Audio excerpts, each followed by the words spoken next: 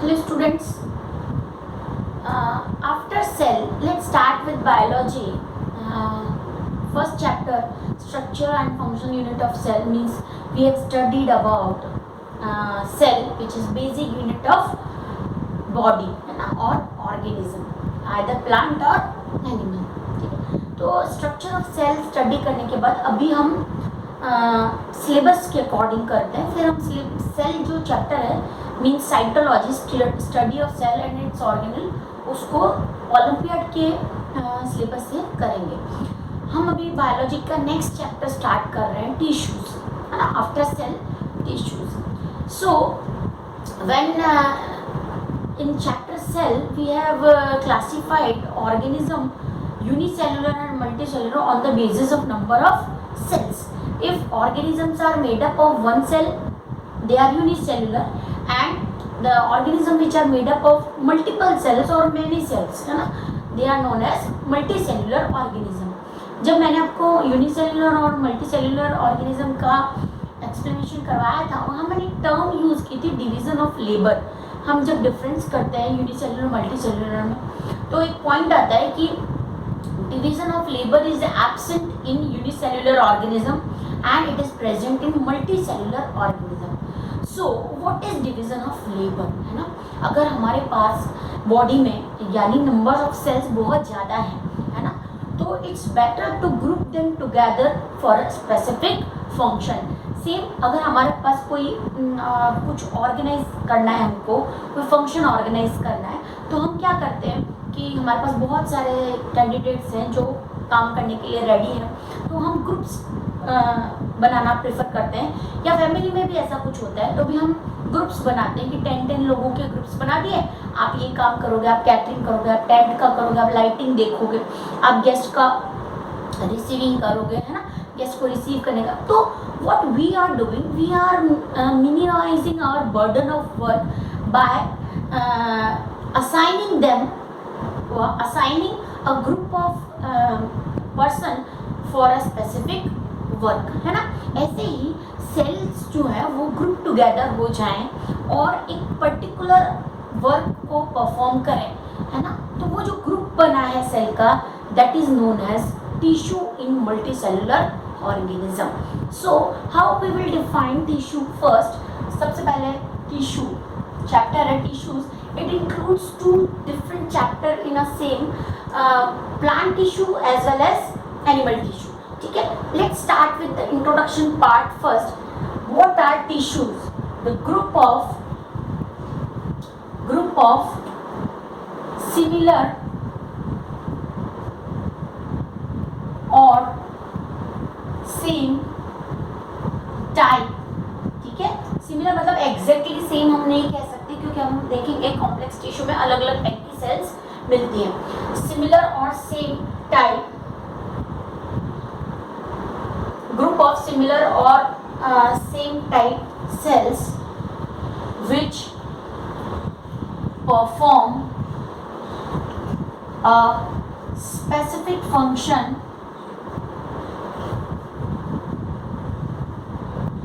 in organism. ठीक है. A group of similar or same type of cell which perform a specific function in a organism known as tissue. So this group of cell is known as tissue. Means a particular group of cell will perform a particular function, है ना. तो जब sales group together होती है तो हमने chart बनाया है, स्टेप पढ़ी थी हमने कि cells group together to form tissues, tissues group together to form systems group together, organ then system then body. So if cells or group of cells combine, है ना, combine or group together perform a specific function, they form a specific type of tissue. और वो tissues जो हैं वो मिलके एक organ बनाएंगे, बॉडी का ऑर्गन बनाएंगे. और पूरी जो बॉडी है वो ऑर्गन, जैसे डाइजेस्टिव सिस्टम के ऑर्गन है तो स्टमक है, स्मॉल इंटेस्टाइन है, लार्ज इंटेस्टाइन है, ये सब ऑर्गन है.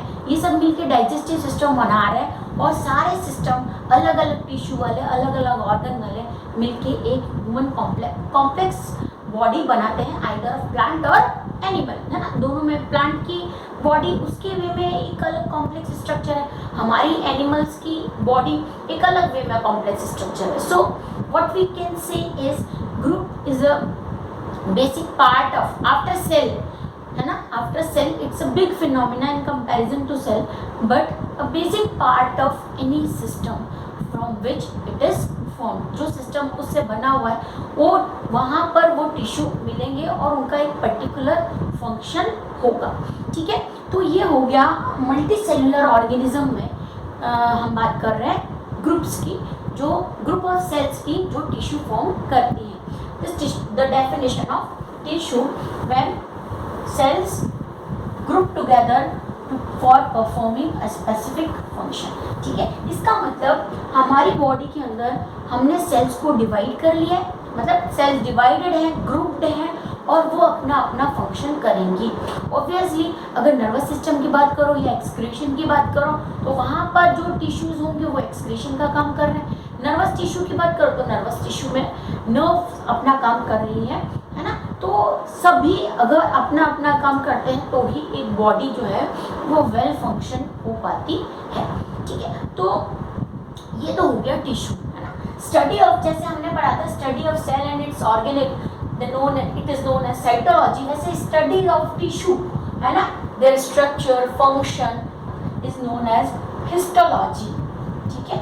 So science, the branch of science which is related with study of tissue, their function, structure is known as histology. So cytology and histology, the branch of biology. Okay, now let's start with first part, plant tissues. ठीक है, हम यहाँ पर अभी start करते हैं plant tissues. Unfortunately हम जो अब एनसीईआरटी की बुक आई है उसमें कहीं पर भी कोई पॉइंट्स नहीं दिए हुए हैं, सिर्फ पैराग्राफ्स दिए हुए होते हैं, इसीलिए स्टूडेंट्स को वो स्टडी करने और पढ़ने में बहुत ज़्यादा प्रॉब्लम आती है ना। कहीं मतलब क्लासिफिकेशन है तो वो क्लियर नहीं है, क्लासिफिकेशन के अकॉर्डिंग टॉपिक्स नहीं है, टॉपिक्स भी हम देखते हैं कि इरेगुलर से दिए हुए हैं। तो आप मेरे साथ साथ ही करेंगे। इंट्रोडक्शन पार्ट करने के बाद प्लांट टिश्यू का हम एक चार्ट प्रिपेयर करते हैं और उस चार्ट के अकॉर्डिंग हम topic wise one by one tissue study करेंगे, ठीक है। तो सबसे पहले प्लांट टिश्यूज को हम 2 पार्ट्स में डिवाइड करते हैं, okay. So plant tissues are divided in 2 parts. One is meristematic tissue, meristematic tissue, and another is permanent tissue.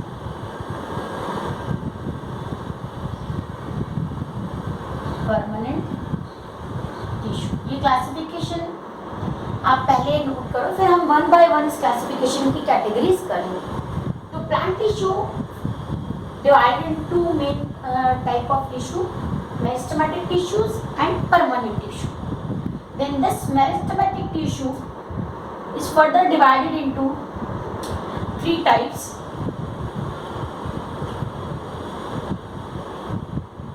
Parenchyma. Okay. Sorry. Meristematic tissue is divided on the base of position actually. तो apical tissue means इसका पूरा name क्या हो जाएगा, apical meristematic tissue. Then intercalary meristematic tissue and lateral meristematic tissue. So meristematic tissue is further divided into 3 types on the basis of location. यहाँ पर ये important है, on the basis of location, ठीक है। हम इंडिविजुअली इनको करेंगे, लेकिन at the time of classification अगर हम स्टडी कर लेते हैं तो हमको एटलीस्ट वर्ड लर्न हो जाते हैं, क्योंकि बायोलॉजी में आप देखोगे बहुत different type of complex word आते हैं जिनका प्रोनाउंसिएशन भी डिफिकल्ट होता है, स्पेलिंग्स भी लर्न करने की होती है, तो यहाँ पर हम इनके मीनिंग समझ लेते हैं। तो मेरिस्टेमेटिक टिश्यू का सबसे पहले मेरिस्टेमेटिक टिश्यू, हम इसको डिटेल में भी करेंगे, लेकिन अभी मीनिंग समझते हैं हम। विच इज कंटिन्यूसली डिवाइडिंग, जो पूरी प्लांट लाइफ में कंटिन्यूस डिवाइड होती रहती है, जिसकी सेल्स टिश्यू है तो उसके अंदर सेल्स प्रेजेंट होगी, तो वो सेल्स कंटिन्यूसली डिवाइड होती रहती हैं, तो वो टिश्यू होता है मेरिस्टेमेटिक टिश्यू। अब लोकेशन के बेस पे, यानी प्लांट में कहाँ प्रेजेंट है उसके बेस पे हम उसको 3 कैटेगरी में रखते हैं, एपिकल, इंटरकैलरी और लेटरल। एपिकल का मतलब होता है टॉप पे प्रेजेंट होने वाले मेरिस्टेमेटिक टिश्यू।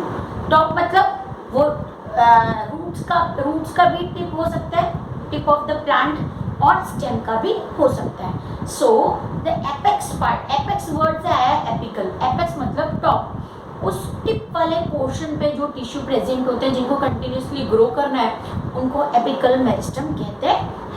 रूट्स में भी हो सकते हैं, स्टेम में भी हो सकते हैं। फिर इंटरकैलरी, इंटर मीन्स बीच में, कैलरी मतलब पार्ट्स, है ना, तो कुछ पार्ट्स जैसे 2 पार्ट के बीच में, है ना, जो टिश्यू प्रेजेंट होते हैं उनको इंटरकैलरी टिश्यूज कहते हैं।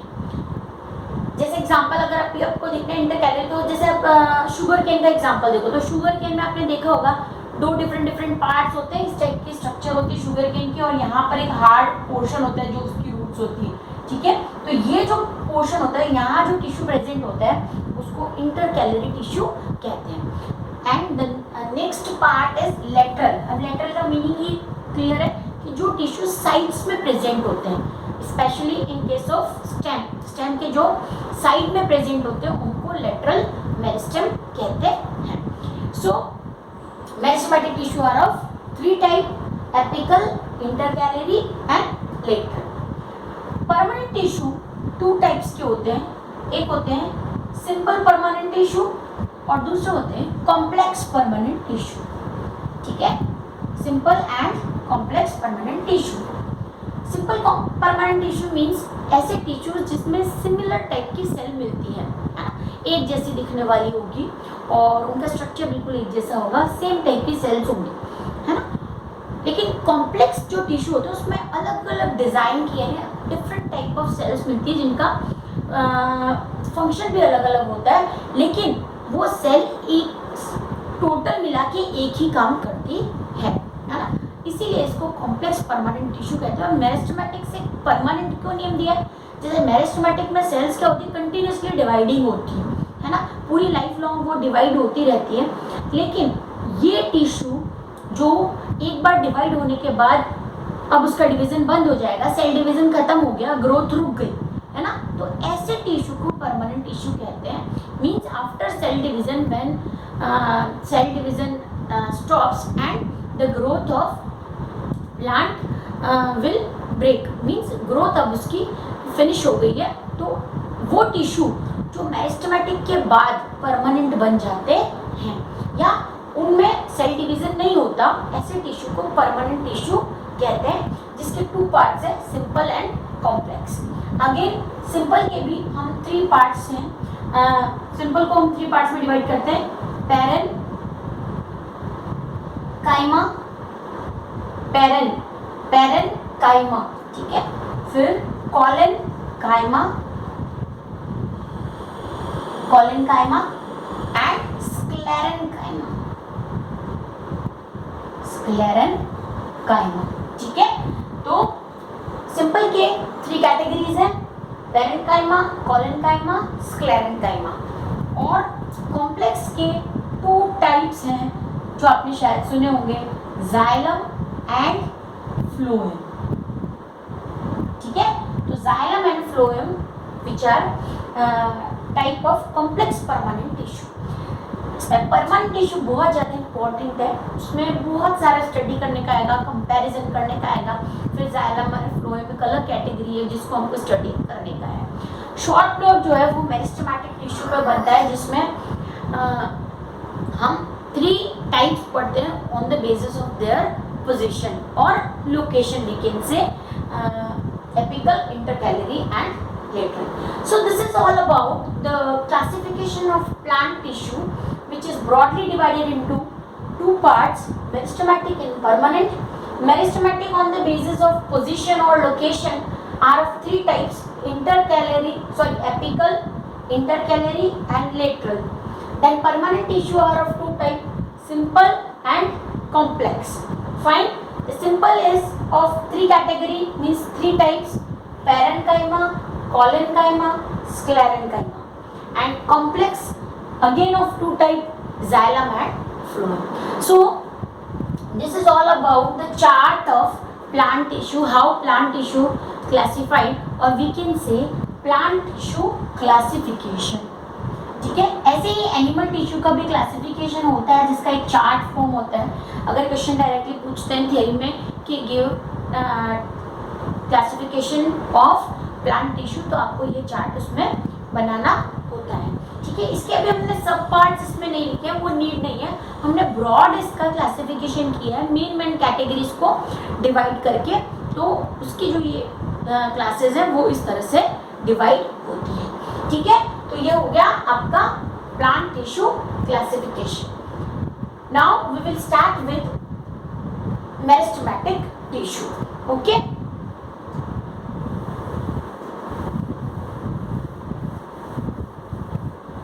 so as I told you, meristematic tissue name से पहले मैंने आपको बता दिया, the cells present in this tissue are continuously divided. ठीक है, तो अगर हम मेरिस्टेमेटिक टिश्यू की कुछ ब्रॉड लाइंस अगर इसको कंक्लूड करते हैं तो हम मेरिस्टेमेटिक टिश्यू के बारे में क्या क्या पॉइंट्स लिख सकते हैं. मेरिस्टेमेटिक टिश्यू, ठीक है, the plant tissue which are continuously dividing, है ना. तो सबसे पहले फर्स्ट चीज का पॉइंट है cells of this tissue are continuously dividing. Okay, cells of this tissue are continuously dividing. Okay, next, ये तो हमने पॉइंट किया कि इसका जो डिवीजन है सेल्स का वो कंटिन्यूस चलता रहता है. देन अगर सेल्स कंटिन्यूसली डिवाइडिंग है तो ऑब्वियसली उसका जो साइटोप्लाज्म है वो कैसा होना चाहिए? रिच होना चाहिए, मीन्स फुल ऑफ न्यूट्रिएंट्स होना चाहिए, तभी वो डिवाइड कर पाएगा. रिच साइटोप्लाज्म का मीनिंग ही यही है कि the cytoplasm must be rich with nutrients, है ना, and other materials which helps in division, है ना. तो इनका जो साइटोप्लाज्म होगा हैविंग द रिच साइटोप्लाज्म, ये एक इम्पॉर्टेंट पॉइंट है. देन साइटोप्लाज्म के अलावा एबेंडेंट इसमें मिलेगा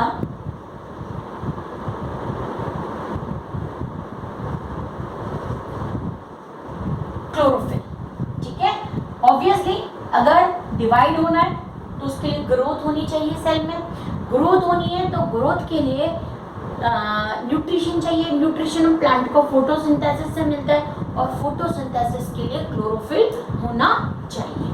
सो these cells are continuously dividing, rich in cytoplasm, abundant chlorophyll उसमें मिलेगा, यानी क्लोरोप्लास्ट जो होगा वो भी बहुत इसमें सफिशिएंट होगा जिससे सेल का ग्रोथ जो है वो प्रॉपर होता रहे.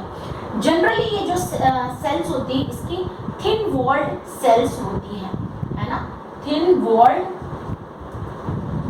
सेल्स. मेरिस्टेमेटिक टिश्यू में थिन वॉल्ड सेल्स होती हैं, है ना.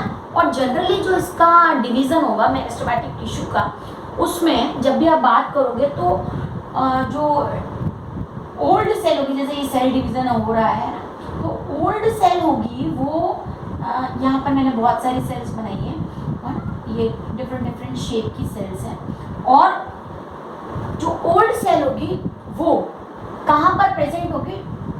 टिप पर प्रेजेंट होगी, है ना. जैसे जैसे यहाँ पर न्यू सेल्स प्रेजेंट होंगी, जैसे जैसे नई सेल बनती जाएगी, ये पुरानी सेल्स को ऊपर की तरफ धकेलती जाएंगे और डेड पार्ट होने के बाद वो प्लांट से अलग हो जाएगी. So generally new sales arise from inner side of the part of plant, है ना. जनरली इनर साइड पे प्लांट का न्यू पोर्शन यानी न्यू सेल्स अराइज होती हैं। ठीक है, तो ये जो सेक्शन हो गया ये हो गया मेरिस्टेमेटिक टिश्यू के बारे में, है ना। Introduction and properties of cell which are present in meristematic tissue. First जो पॉइंट है वो है कंटिन्यूसली डिवाइडिंग सेल्स होंगी इसमें, है ना, कंटिन्यूसली डिवाइडिंग होंगी। देन इनका साइटोप्लाज्म कंटिन्यूसली डिवाइड होने की वजह से rich in cytoplasm, abundant chlorophyll present होगा and these cells which are present in meristematic tissue are generally of thin walled। ठीक है, now ये तो हो गई प्रॉपर्टीज मेरिस्टेमेटिक टिश्यू की। मेरिस्टेमेटिक टिश्यू पे ही 2 और 3 मार्क्स का शॉर्ट नोट बनता है। इसी में आप मेरिस्टेमेटिक टिश्यू की सेल्स की प्रॉपर्टीज आ गई, डेफिनेशन आ गई और एक डायग्राम के साथ आप इसकी लोकेशन वाइज यानी on the basis of position, है ना, on the basis of position हमने जो डिवीजन किया है इसका, उसके बेस पे हम इसका एक डायग्राम बना लेते हैं प्लांट का ही, जिसपे आप तीनों जो टाइप है एपिकल, इंटरकैलरी और लेटरल को रिप्रेजेंट कर सकते हो। तो इस टाइप का डायग्राम भी आपको बुक में मिल जाएगा जो आपको फॉर्म करना है, बहुत इजी है।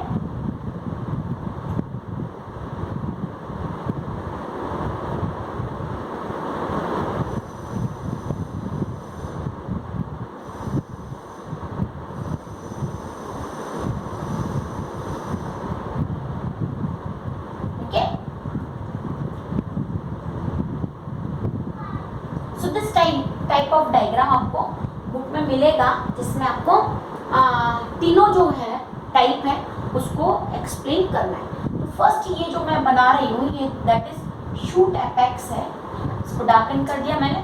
तो यहाँ पर जो प्रेजेंट होगा वो कौन सा मेरिस्टेम होगा, एपिकल मेरिस्टेम। ओके, ये जो हम एक्सप्लेन कर रहे हैं ये है शूट टिप, शूट मतलब स्टेम। ऐसे ही जो टिप है वो रूट्स में भी मिलेंगे। फिर जैसा मैंने आपको बताया था कि जो जॉइंट्स होते हैं, जैसे यहाँ पर ये जॉइंट है या फिर यहाँ पर जो जॉइंट है ब्रांच और मेन स्टेम के बीच में यहाँ जो जॉइंट है वहाँ पर भी हमको इंटरकैलरी मिल सकता है। तो हमने अभी डिवाइडिंग बनाया है इसलिए इसको इंटरकैलरी मेरिस्टेम नेम दे देते हैं। और जो इस साइड में मैंने लाइनिंग पोर्शन यानी डैश्ड जो पोर्शन बनाया है शैडो शेप देकर, दैट इज लिटरल मेरिस्टेम।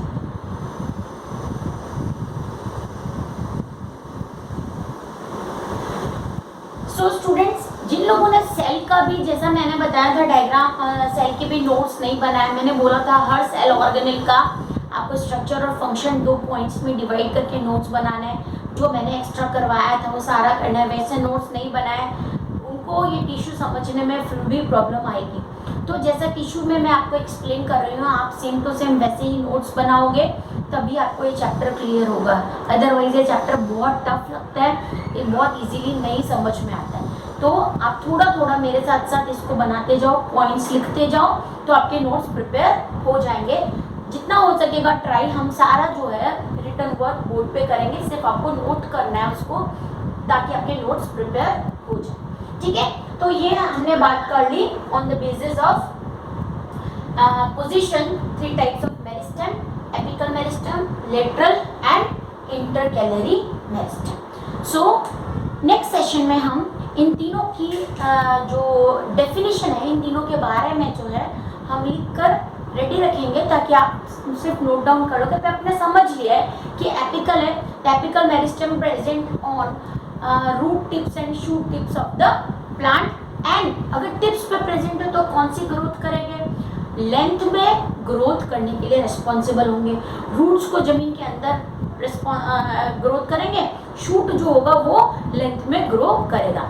तो लेंथ पार्ट में ग्रो करने के लिए एपिकल मेरिस्टेम होता है, और अगर विड्थ पार्ट में जैसे स्टेम होता है, स्टेम को विड्थ पार्ट में ग्रो होना है तो उसके लिए लेटरल मेरिस्टेम होता है। और इंटरकैलरी जो होता है नोड्स और इंटरनोड्स में प्रेजेंट होता है। जैसे ये जो पार्ट्स है ना हमने जिसमें बीच में इंटरकैलरी बताया है, इन दोनों को बोलते हैं नोड्स।